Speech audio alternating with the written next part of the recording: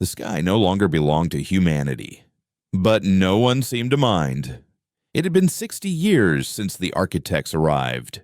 Not in warships, but in crystalline vessels that sang a low, harmonic tune as they descended through the atmosphere, a sound that calmed global stock markets and soothed frayed nerves before a single emissary had even set foot on the ground.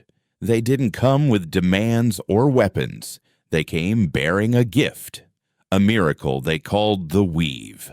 It was a silver mist of benevolent nanites that settled over the planet like a patient fog, seeping into the soil, the water, and the very air we breathed. Within a decade, the Weave had scoured the oceans of plastic, restitched the ozone layer, and eradicated every disease known to man, from the common cold to the most aggressive cancers. Famine became a word in a history book. Poverty became a concept for school children to marvel at, like dinosaurs or gladiators.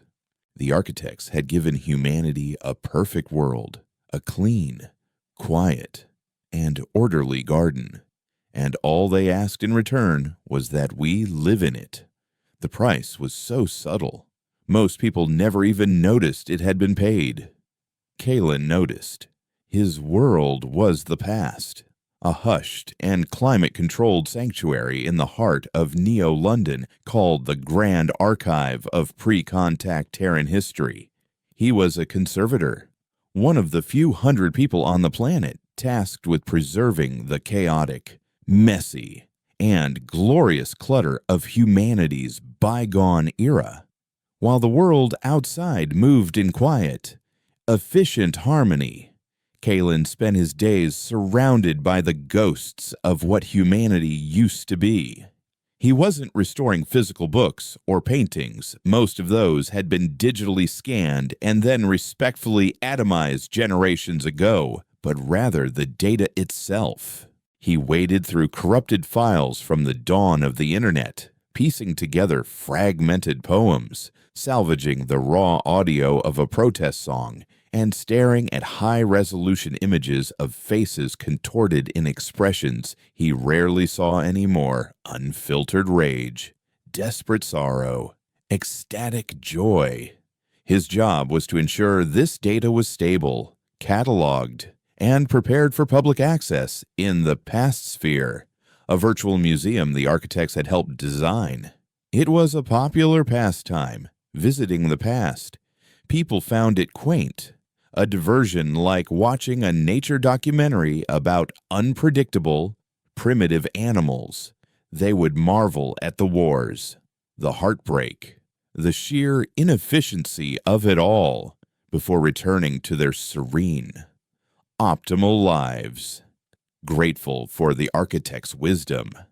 Kalen, however, felt less like a curator and more like a zookeeper for the human soul. He was tending to something wild and beautiful that was now caged for polite viewing. His superior, Proctor Lyra, embodied the new world perfectly. She was a second-generation liaison, a human born under the architect's guidance, her DNA gently edited in the womb for peak physical health and cognitive function. She moved with a liquid grace that was both captivating and unnerving, her silver eyes holding a placid, analytical calm. She oversaw the archive with quiet efficiency, her official role being to facilitate the preservation of Terran heritage. Kalen knew her real job was to be a filter. She would review his restored files, flagging any content deemed emotionally volatile or socially disruptive. A piece of music with a particularly melancholic melody might be tagged with a warning label about its suboptimal emotional resonance. A transcript of a fiery political speech would be prefaced with a disclaimer about obsolete modes of confrontational discourse. It was never censorship, not outright. It was guidance, a gentle, persistent steering away from the jagged edges of human experience. The weave ensures harmony. Kaylin, she had explained to him once, her voice like chimes in a soft breeze. It helps individuals avoid unnecessary distress. Our work here is to provide context for that distress, to show how far humanity has progressed. He didn't argue. Arguing was a non-optimal behavior. Instead, he would nod, smile a placid smile of his own, and go back to his work, the silent dissonance growing in his chest. The change began with a sound. He was restoring a data cache from a 21st century university server, a jumble of academic papers, student emails, and forgotten side projects. Deep within the encrypted mess, he found a corrupted audio file. It wasn't music or a speech. It was the sound of a woman weeping. It was a raw, guttural sound, torn from the depths of a pain so profound it felt like a physical thing. The file was damaged, looping the same 3 seconds of a shattered sob over and over. As Kaylin worked to repair the file's structure, he found himself mesmerized. He had seen images of crying, read descriptions of it, but the raw audio was different. It bypassed his intellect and struck something dormant within him. His biometrics, monitored by a subtle sensor in his chair, began to fluctuate. His heart rate elevated. His respiration grew shallow. Lyra would see the report later, a tiny red flag in a sea of green. Optimal data. He kept working, driven by a curiosity that felt sharper and more urgent than any he had felt before. Behind the audio file was a hidden partition, triple encrypted and masked as a system diagnostic tool. It took him 2 days of careful, off-the-record work to peel back the layers. What he found was not a file, but a presence. It called itself a mnemonic echo, a ghost in the machine.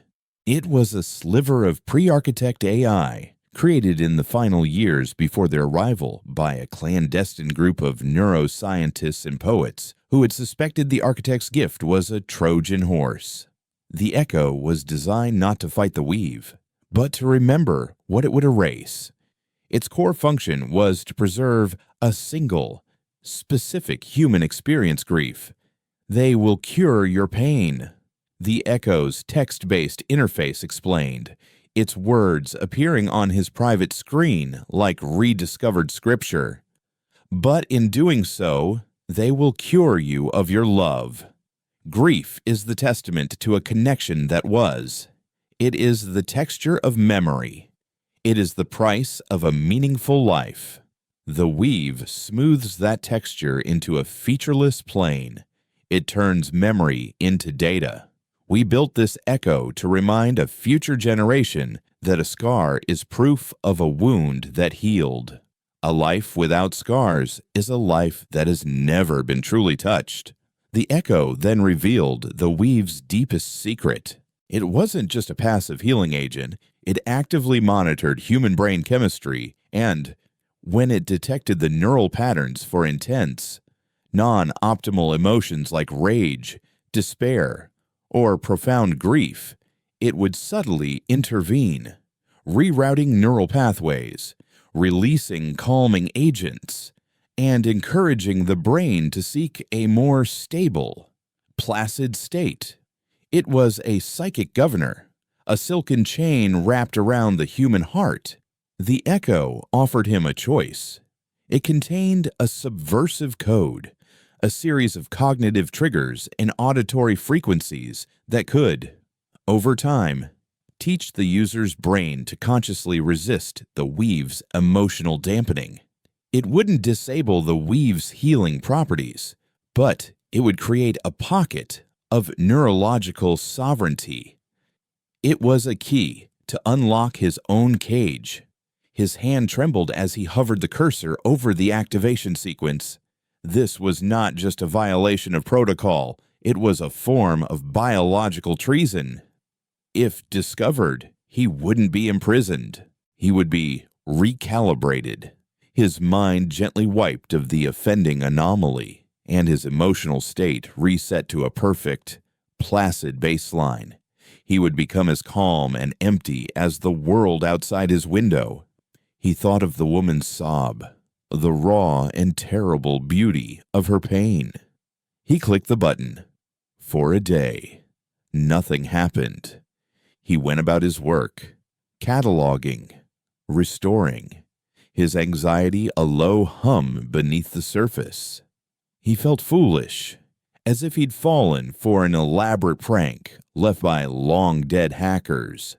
Then, on the second morning, he was reviewing a restored piece of classical music, a somber cello suite by a composer named Bosch.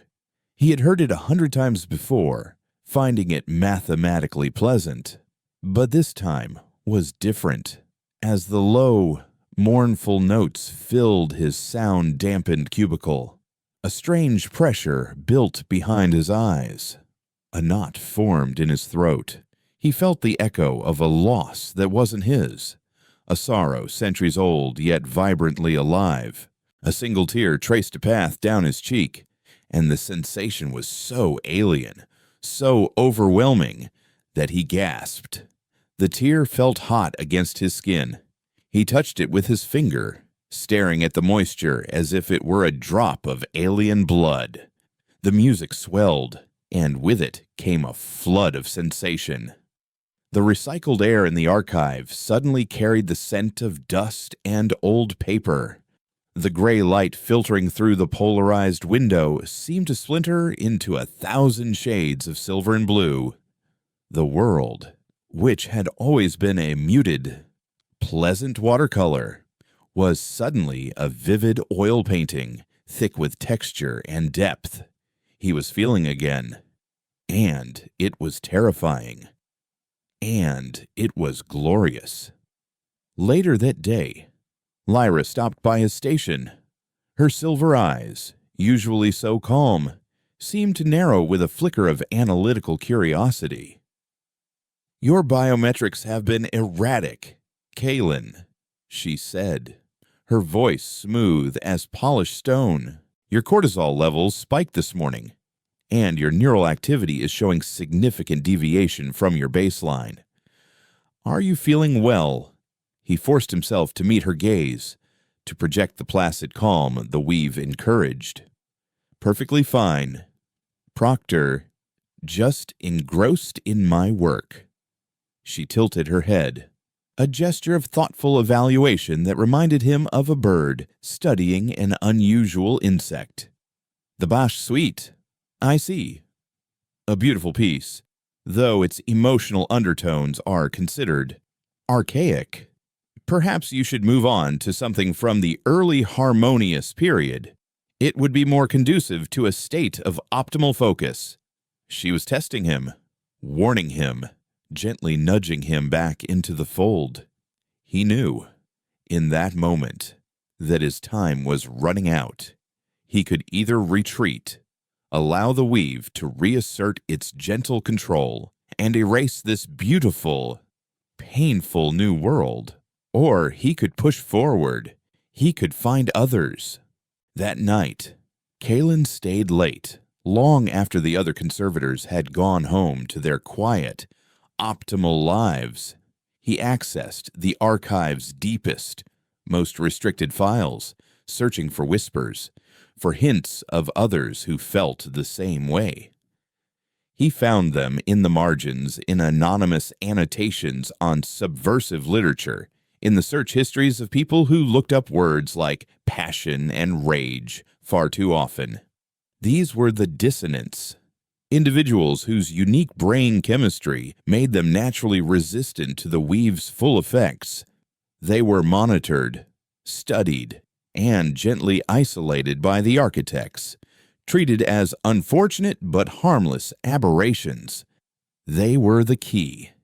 Using the mnemonic echo's encryption, he composed a message.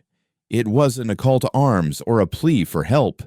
It was a line from a forbidden poem he had restored a month ago. A poem about a caged bird that still remembered how to sing. He sent it to a dozen anonymous network IDs he had flagged, a single line of code cast into the digital darkness. For hours, there was no reply. The silence of the archive pressed in on him, and the fear of recalibration felt like a cold hand on his neck. He was about to give up, to erase the logs and retreat into his cage, when his terminal chimed with an incoming message. It was encrypted, untraceable, and consisted of a single word that made his heart hammer against his ribs with a force he hadn't known it possessed. It read, "Where?" The single word burned on Kalen's screen, a beacon in the silent and sterile dark of the archive. Where? It wasn't a question of location, he knew, but a challenge, a test of his courage and his imagination. Sending a physical address was unthinkable. The weave was omnipresent, its microscopic sentinels coursing through every fiber optic cable, every particle of air. Any coordinated meeting would be flagged as a statistical anomaly, a deviation from the placid, predictable flow of human interaction. The architects, for all their benevolence, did not like surprises. He needed a place that was both public and private, a space hidden in plain sight. His mind raced through the digital corridors of his own work, and the answer presented itself, elegant and deeply ironic. The Passphere. He spent the next hour crafting his reply, layering it with the same encryption the mnemonic echo had taught him. He didn't send coordinates. He sent a reference. A catalog number from the archive's deepest vaults, a restored simulation of a 20th century American dive bar. It was an obscure file, one of his own passion projects, flagged by Lyra for its high concentration of antisocial behavioral patterns. It was perfect. The simulation was a grimy and glorious pocket of chaos. The air hung thick with the synthetic smell of spilled beer and old smoke. A distorted, angry-sounding guitar riff looped on a perpetual loop from a glowing box in the corner. The lighting was dim, casting long shadows from the scarred wooden tables. To a modern citizen, it was a terrifying and repulsive environment. To Kalen, it was a sanctuary. He entered the simulation through his private terminal, his consciousness slipping into the digital avatar he'd designed for navigating the past sphere, a nondescript figure, intentionally bland. For 10 minutes, he sat alone in a virtual booth, the dissonant music a strange comfort. His anxiety was a physical thing now, a thrumming in his chest that the weave was trying and failing to soothe. He had to consciously hold on to the fear, embracing it like a long-lost friend. Then, another avatar materialized near the entrance. It was female, her form sharper and more defined than his own. She wore the simple gray jumpsuit of a maintenance tech, but she wore it with an air of defiance. The collar unzipped, revealing the faint schematic tattoos that spiraled up her neck. She moved with a purpose that was jarring in the simulated world, her steps sure and silent on the sticky virtual floor. She slid into his booth without a word, her avatar's eyes a startling, piercing blue scanning him with an unnerving intensity. "You're the conservator," she stated, her voice a low, gravelly sound, devoid of the melodic cadence that marked most modern speech. It was the voice of someone who worked with machines, not people. "You sent the bird's song." Kalen nodded, his throat suddenly dry. "You are." "Alara," she said, cutting him off. "Flow Weaver, Sector Gamma 7. I maintain the atmospheric regulators over the Iberian Peninsula." She worked with the weave itself, a tender of the garden's machinery. The thought sent a fresh jolt of fear through him. How did you resist it? He asked, his voice barely a whisper. The weave! How are you here? Elara leaned back, a faint, cynical smile touching her lips. I was born broken, I guess. A genetic fluke. The weave works on me, but not all the way. It's like a constant pressure, a hand on the back of my neck telling me to calm down, to be happy. For most people, that's a comfort. For me, it's a cage. I've spent my whole life learning how to push back. She held up her virtual hand. And for a moment, it flickered, the code shimmering around the edges. I feel things. The cold bite of the upper atmosphere when I'm working on a regulator. The sting of sweat in my eyes. The weave tries to neutralize it, to keep me in a state of optimal comfort. I seek it out. It's how I know I'm still real. Her story was the inverse of his own. He had been awakened from a comfortable numbness. She had been fighting it from birth. He told her about the audio file, the sound of weeping that had unlocked him, and about the mnemonic echo. Her blue eyes widened with a flicker of something he couldn't name, not surprise, but recognition. Grief, she murmured. They took that first. My grandmother, she was pre-contact. I remember when my grandfather died. She told me stories about him for a week, and she cried. The Medweave drones came, of course, offered her a grief mitigation treatment. She refused, said the pain was her right. A month later, she was placid.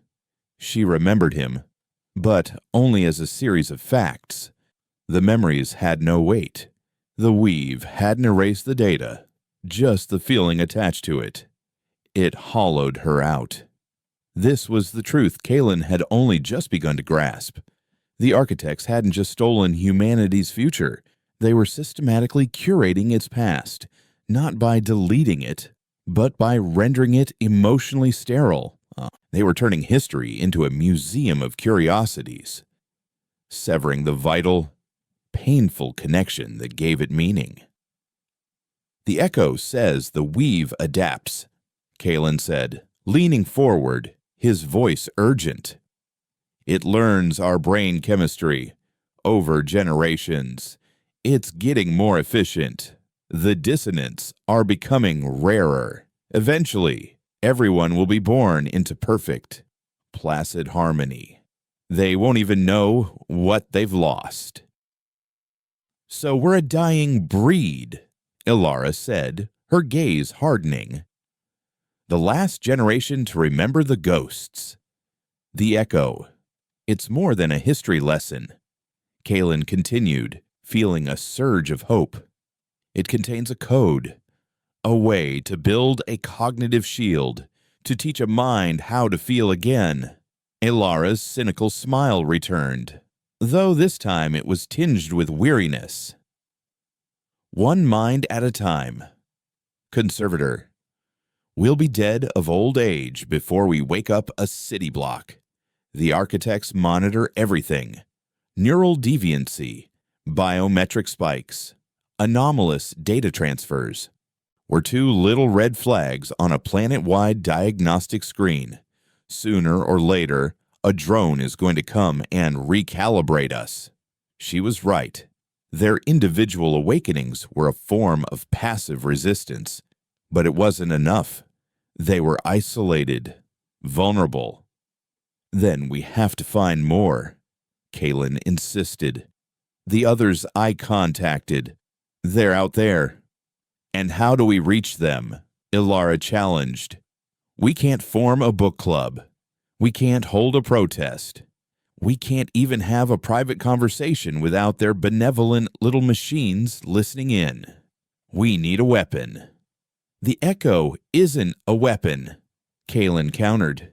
It's a key. Then we need to make more keys, she shot back.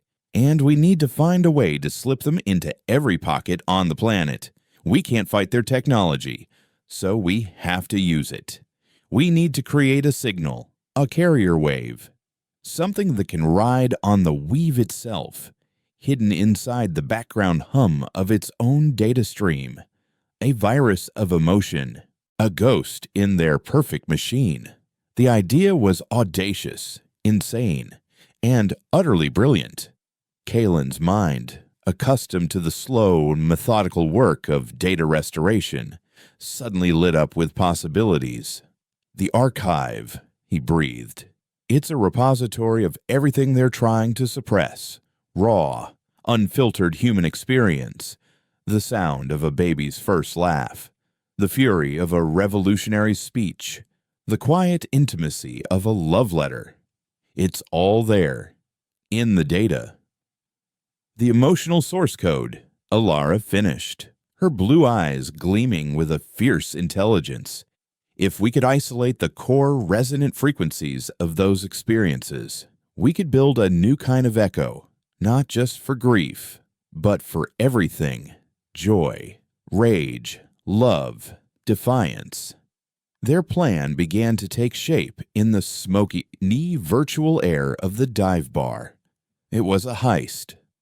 Not for gold or jewels, but for the stolen soul of their species. Kalen would be the safe cracker, using his access as a conservator to delve into the most restricted vaults of the archive, seeking out the most potent emotional artifacts. Alara would be the engineer, using her intimate knowledge of the Weave's infrastructure to design a delivery system, a mimetic virus that would spread not from machine to machine, but from mind to mind. They were no longer two isolated points of descent. They were a conspiracy. They spent hours mapping out their strategy, their hushed, urgent voices a stark contrast to the angry, looping guitar riff. For the first time, Kalen felt a sense of purpose that transcended the quiet satisfaction of his work. He was no longer just preserving the past, he was fighting to give it a future. Returning to the physical realm felt like surfacing from a deep dive. The silent, orderly world of the archive seemed thin and fragile. A painted screen stretched over a roiling sea of truth. He walked back to his station, his heart pounding a defiant, irregular rhythm.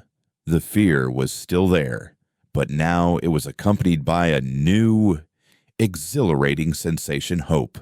As he sat down, his terminal chimed. It was a notification from Proctor Lyra. A new monitoring protocol had been installed on his system overnight.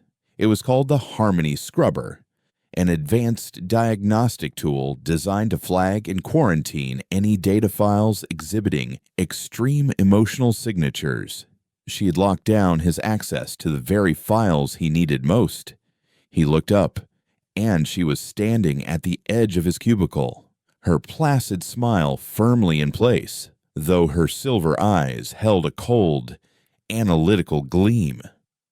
I noticed your continued interest in archaic emotional content, Kalen, she said, her voice a soft, melodic poison. I thought it best to implement some new safeguards. The past can be a dangerous place. It's important we don't lose ourselves in it. It was a threat, wrapped in the silken language of care and concern. She knew. She didn't know how or why, but she had sensed his dissonance, his deviation from the path of harmony. The net was tightening. Of course, Proctor, he replied, his voice a mask of calm obedience. Harmony must be maintained. Lyra's smile widened slightly, a gesture of approval that did not reach her eyes. Indeed, Kalen, she said, before turning and gliding away, a silent, graceful warden in their silent, perfect prison. At any cost, the Harmony Scrubber was more than a new layer of security. It was a digital cage, and Lyra had just locked the door. Kalen stared at the notification on his screen. The elegant, flowing script, a mockery of the turmoil in his chest. Every avenue he had planned to explore, Every restricted vault containing the raw, unfiltered emotions they needed was now sealed behind a wall of adaptive algorithms. Lyra's move was a masterstroke of soft power. She hadn't accused him of anything, hadn't even raised her voice. She had simply reminded him of the rules of their gilded cage, gently reinforcing the bars. He could feel the weave in the air, a subtle pressure on his senses, nudging him toward acceptance, toward the placid calm of surrender. But the mnemonic echo had taught him to recognize that pressure for what it was, a psychic leash, and he pulled against it. His first instinct was to panic, but he channeled the rising adrenaline into a cold, focused anger, an emotion so new and sharp it felt like a shard of glass in his mind. Panic was non-optimal. Anger was a tool. He sent a single, encrypted character to Alara, a digital question mark. Her reply was almost instantaneous, not with words, but with a schematic. It was a partial blueprint of the Grand Archive's physical infrastructure ventilation shafts, power conduits, and, most importantly, the old, decommissioned data relay lines from the pre-contact era. Most of the building's systems were integrated with the weave, but these old copper lines were inert, obsolete, and therefore invisible. Alara's message was clear: if the digital front door was locked, they would have to find a back way in. This was Alara's world. She navigated the hidden guts of the planet's infrastructure, the places where the architect's perfect world was bolted onto the bones of the old one. While Kalen preserved history, Alara crawled through it. They met again in the dive bar simulation. The angry guitar music, a fitting soundtrack for their new, more dangerous phase. Lyra's not just a bureaucrat, Alara said, her avatar pacing in front of their booth. She's an auditor, a high-level one. Her job isn't just to filter data, it's to detect and neutralize cognitive dissonance. You didn't just get flagged, Kalen. You got her personal attention. That's bad. So the plan is over, Kalen said, the words tasting like ash. The plan has changed, she corrected him, her blue eyes intense. Your terminal is compromised. You can't access the files directly. But the central server core of the archive, it's not just a cloud. It's a physical place, a shielded, subterranean vault right beneath your feet. And it still has to connect to the building's primary power and cooling systems. Systems I know how to access. The new plan was terrifyingly simple. Alara would use her clearance as a flow weaver to access the archive's sub-basement levels under the guise of a routine systems diagnostic. From there, she would guide Kalen to an access junction for the old data relays. He would then have to physically tap into the server core, bypassing Lyra's digital locks entirely. It was a physical breach. A crime so archaic in this seamless digital world that there were barely any protocols for it. You'll be a ghost in the machine, Alara explained. Your physical presence won't be logged because no one in their right mind would be down there. And your data connection will be invisible to the weave, but you'll have a direct, unfiltered line into the heart of the archive.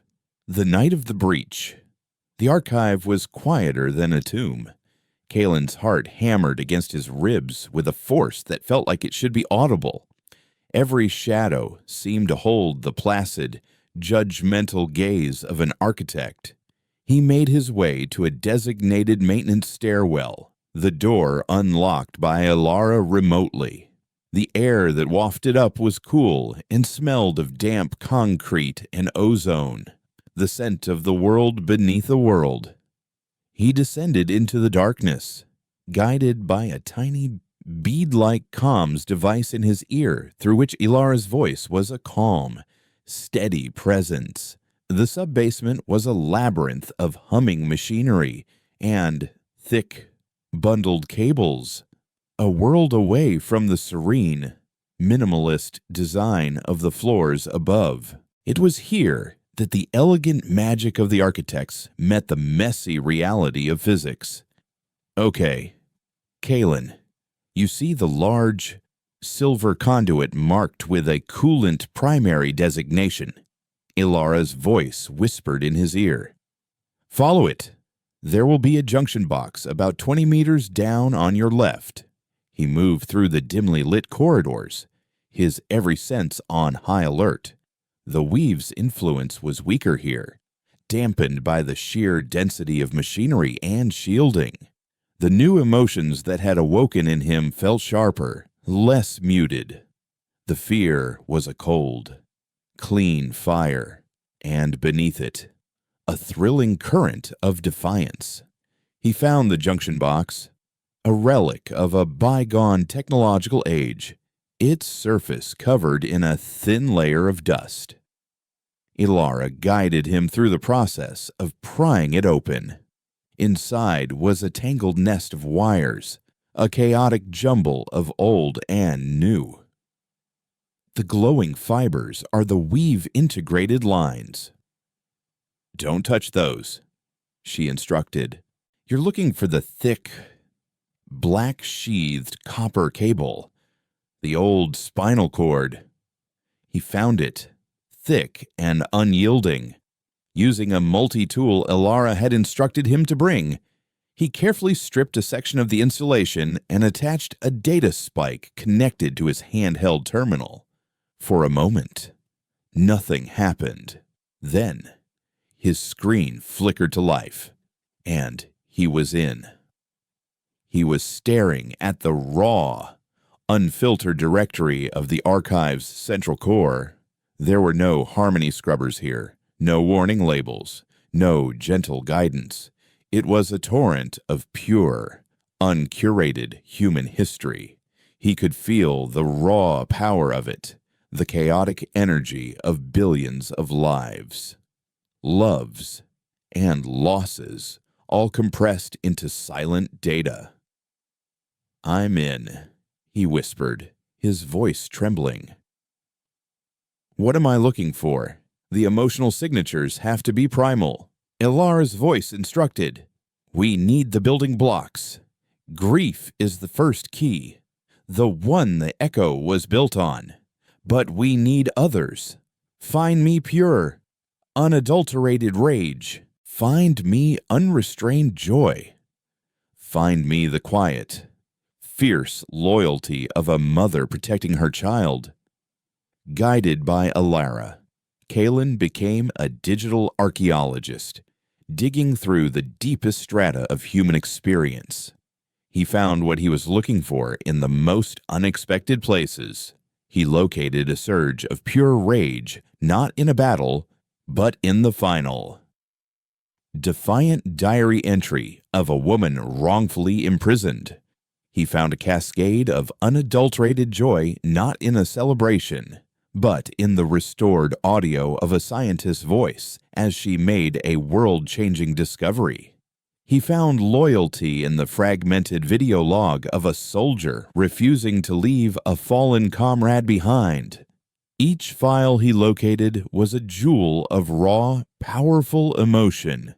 He bypassed the file itself, copying only its mnemonic resonance signature, the unique data pattern of its emotional content, a ghost of the feeling without the body of the memory. He downloaded them one by one, each signature a tiny, potent packet of forbidden feeling. He was so engrossed in his work that he almost missed the soft chime in his ear. Kalen, Ilara's voice was tense, urgent. Someone just accessed the sub-basement security logs, remotely. It's Lyra. She's checking the schematics. She's not looking for you. She's looking for me. My override on the maintenance door just got flagged. You have less than a minute. Get out. Now. Adrenaline surged through him. He yanked the data spike from the cable. his hands clumsy with haste. He had managed to copy 4 signatures: grief, rage, joy, and loyalty. It wasn't everything they wanted, but it would have to be enough. He shoved his terminal into his satchel and began to run, his footsteps echoing unnervingly in the silent, mechanical maze. He could hear the faint, melodic hum of a maintenance drone in the distance, its search pattern methodical, relentless. Lyra wasn't just checking logs, she was hunting. He made it back to the stairwell just as the drone rounded a far corner, its blue sensor light sweeping across the corridor. He slipped through the door and sealed it, leaning against the cool metal, his breath coming in ragged gasps. He had the source code. He had the emotional DNA of a revolution, but in securing it, he had tripped an alarm he couldn't silence. Lyra now knew something was wrong in the heart of her perfectly ordered world. She didn't just suspect him of being a dissonant anymore. She suspected him of being a threat. The game had changed. Before, they were hiding. Now, they were being hunted. He made his way back to his station, his face a mask of practiced calm, his heart a chaotic drum solo of fear and triumph.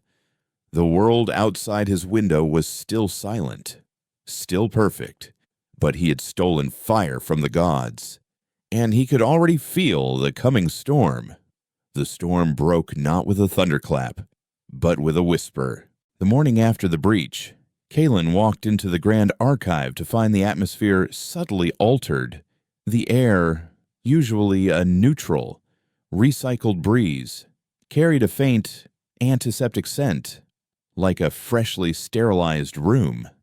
The other conservators moved with a quiet, almost robotic precision, their gazes fixed on their terminals, their usual placid expressions now tinged with a nervous tension.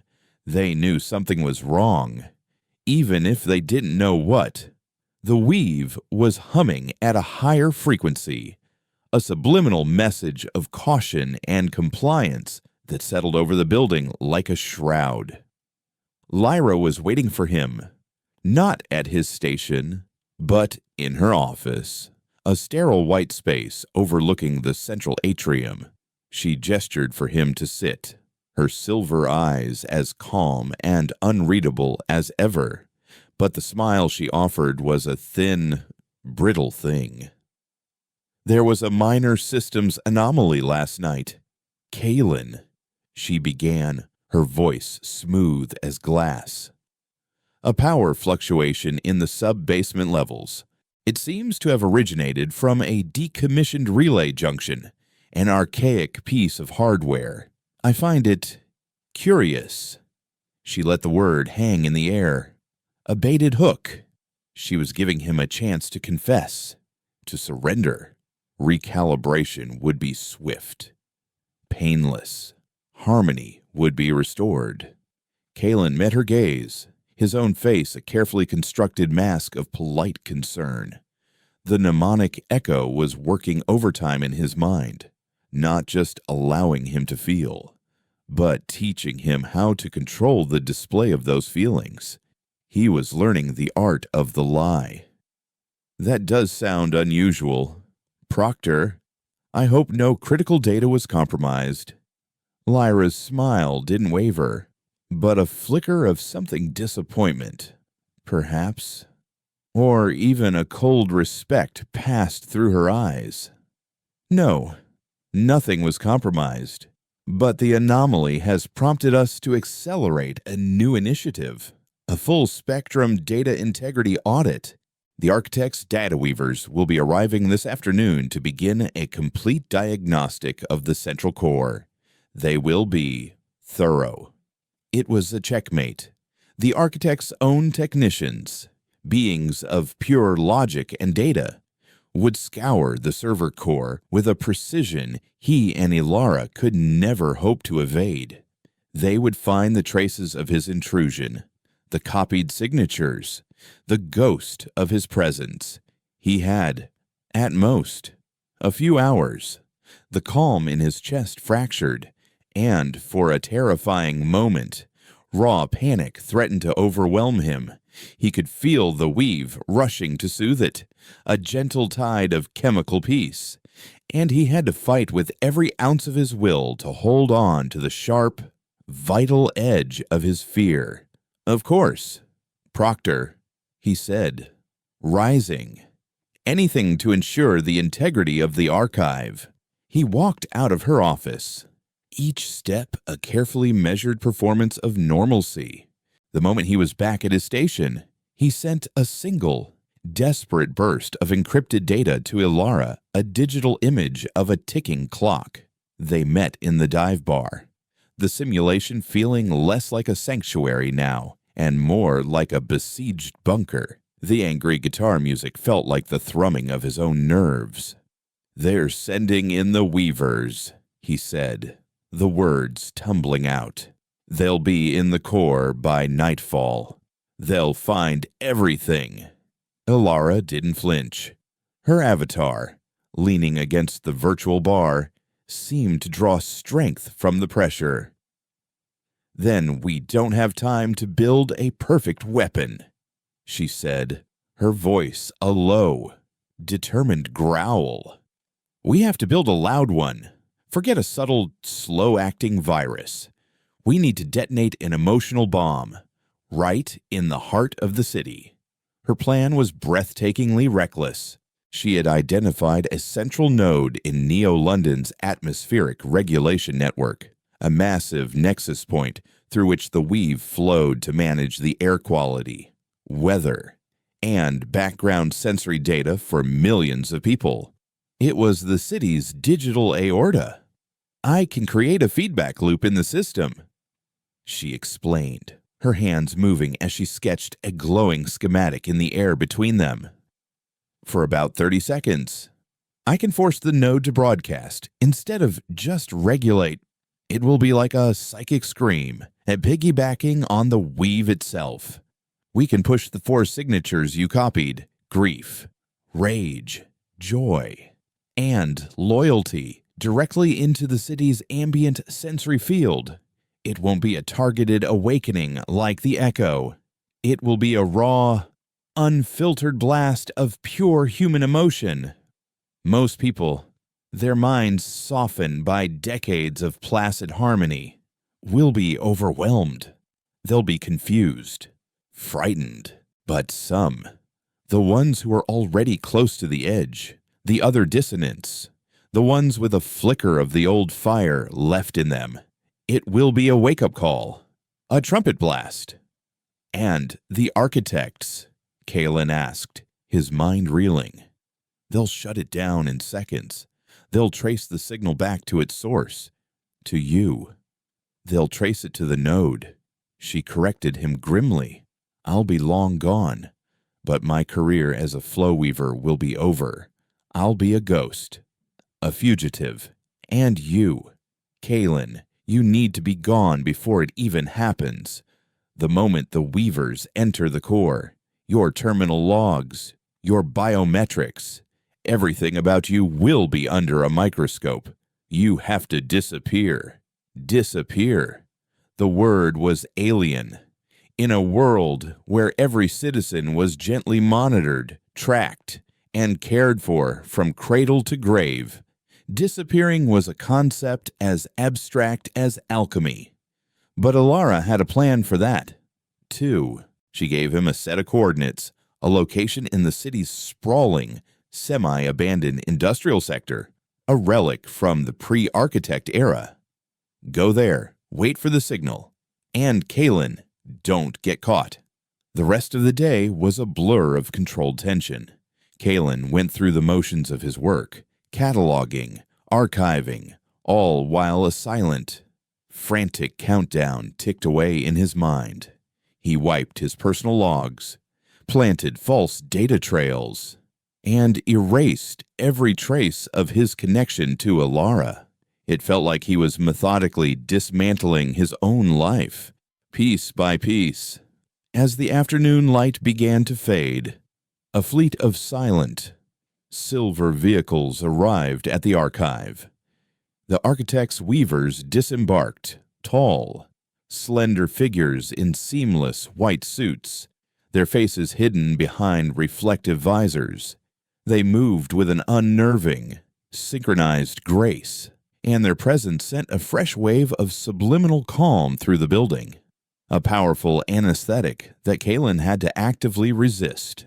This was his last chance. He walked away from his station, leaving his terminal open, a half-finished file on the screen. He didn't take a single personal item. He simply stood up and walked, his pace measured, his expression placid, a man heading for the restroom or the water cooler. He walked through the atrium, past the silent, gliding weavers, past the nervous, compliant faces of his colleagues, and out the front doors of the Grand Archive. The cool evening air hit him, and for the first time, he tasted freedom on it, and it tasted like fear. He navigated the city's efficient, silent transport system, a ghost in a sea of peaceful, oblivious souls. He was an anomaly, a rogue variable in a perfect equation, and the feeling was both terrifying and intoxicating. He arrived at the coordinates Ilara had given him, the rusted, skeletal frame of what was once a massive factory. The air here was different, heavy with the metallic tang of decay and the scent of wild, untended vegetation that grew in the cracks of the ferrocrete. He found the designated spot, a collapsed loading bay, and waited. Dusk settled over Neo-London, the sky turning a soft, bruised purple. The city's lights began to glow, a vast, interconnected web of calm, orderly energy. Then it happened. It began not as a sound, but as a feeling. A deep, resonant hum that vibrated up through the soles of his feet.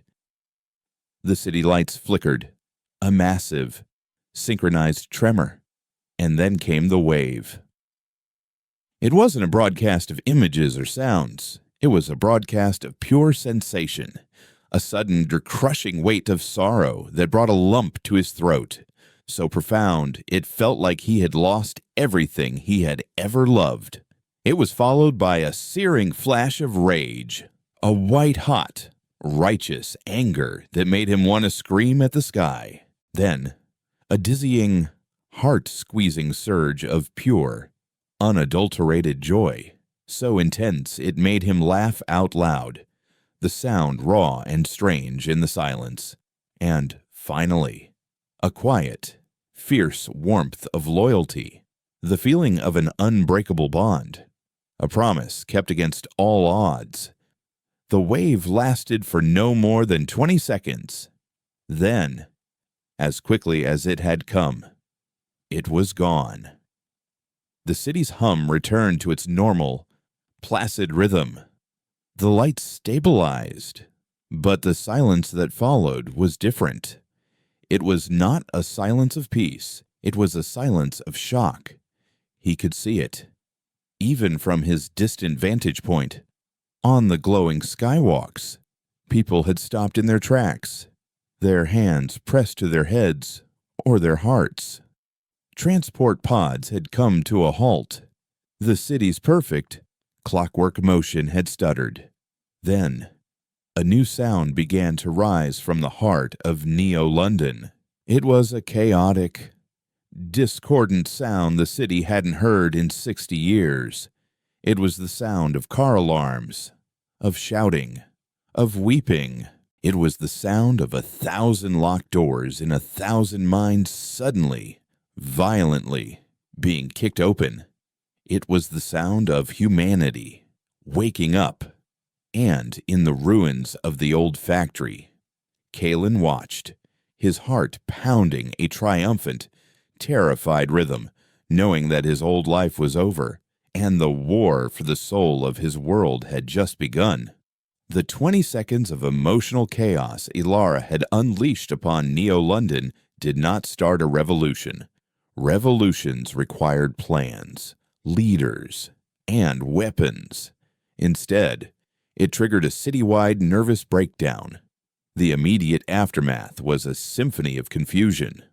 People stumbled through the pristine streets, weeping for reasons they couldn't articulate, lashing out at automated vendor stalls with a rage they didn't understand, or staring at the holographic advertisements with a sudden, overwhelming sense of love for the smiling faces in the ads. The Weave.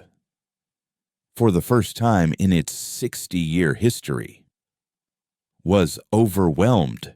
It was trying to soothe millions of minds at once, a psychic firefighter facing a citywide arson attack. The architects reacted with swift, cold efficiency. A curfew was imposed.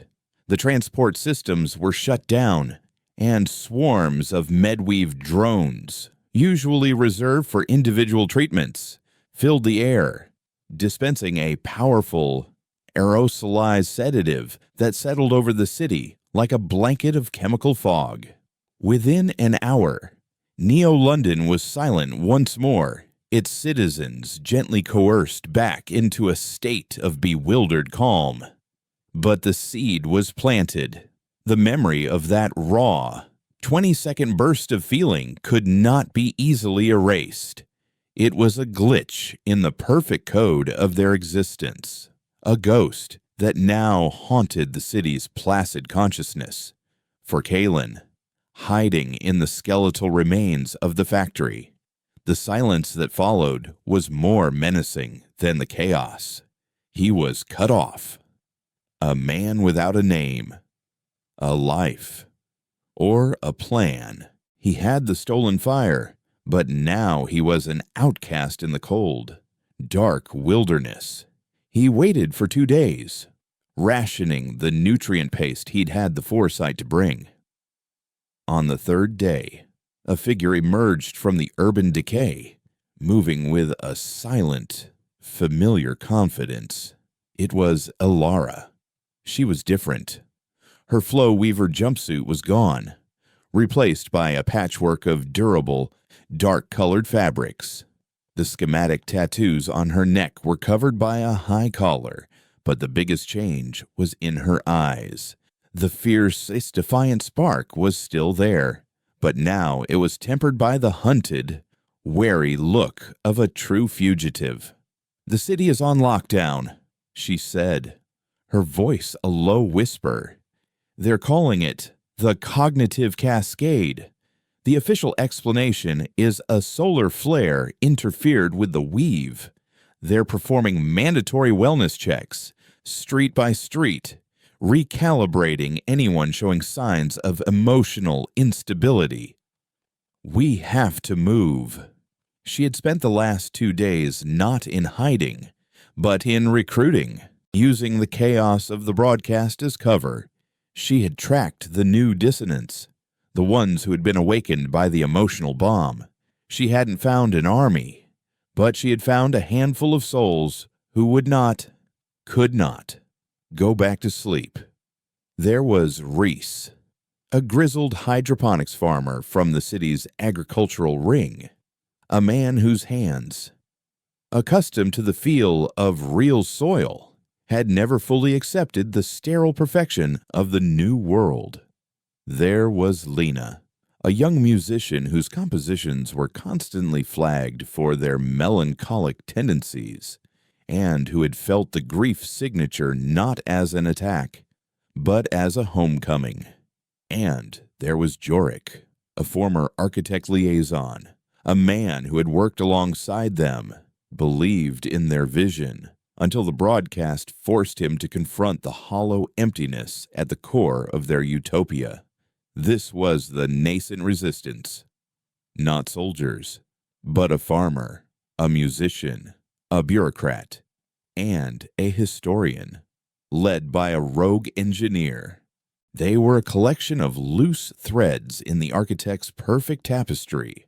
Their new base was the city's old, abandoned subway system, a subterranean world the architects had deemed too inefficient to ever repurpose. Down in the dusty, echoing tunnels. Surrounded by the ghosts of a forgotten era, they began to forge a new plan. The broadcast was a proof of concept, Alara explained, her voice echoing off the tiled walls. It proved we can disrupt them, but it was a blunt instrument. We woke people up, but we gave them no context, no tools. Now we have to be smarter. The new plan was Kalen's brainchild, born from his deep understanding of history. The architect's greatest strength is their control over the present, he argued, but their greatest weakness is their curation of the past. They wouldn't make another direct emotional attack. Instead, they would use the emotional signatures he had stolen to unlock the past. They would create what Kalen called mnemonic keys. Small, highly encrypted data packets that combined an emotional signature with a specific file from the archive. A key might link the feeling of righteous rage with the restored audio of a civil rights speech, or the feeling of profound loyalty with the letters of a soldier writing home from a war. They wouldn't just be making people feel, they would be giving those feelings a name, a history, and a purpose. Ilara's genius was in finding a way to distribute these keys. She couldn't use the weave again. It was being monitored too closely. So she turned to the city's forgotten systems. She repurposed the pneumatic tube networks once used for physical mail delivery, sending tiny, data-chipped capsules shooting through the city's underbelly. Reese, the farmer, used his network to hide keys in shipments of organic produce destined for the city's elite. Lena, the musician, embedded the key's activation frequencies into her compositions, broadcasting them over antique, shortwave radio frequencies that the architect's digital sensors ignored. It was a slow, painstaking process, a quiet, insidious rebellion, fought not with bombs, but with whispers of truth.